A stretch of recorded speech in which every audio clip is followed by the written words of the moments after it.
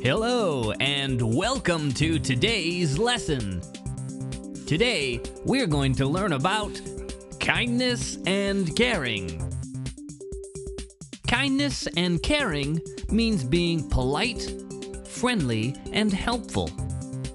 Also, when you do a good deed for a person, for an animal, or for the environment, you are practicing kindness and caring. For example, let's say you're out in the playground and you notice some trash that has accidentally been left on the ground.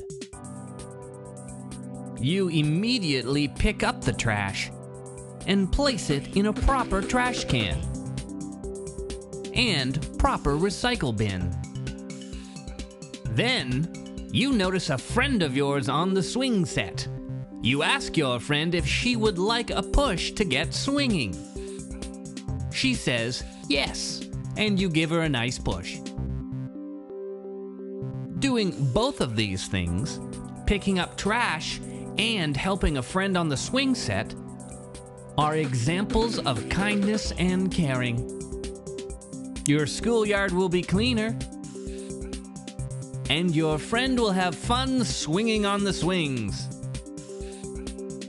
That's the power of kindness and caring.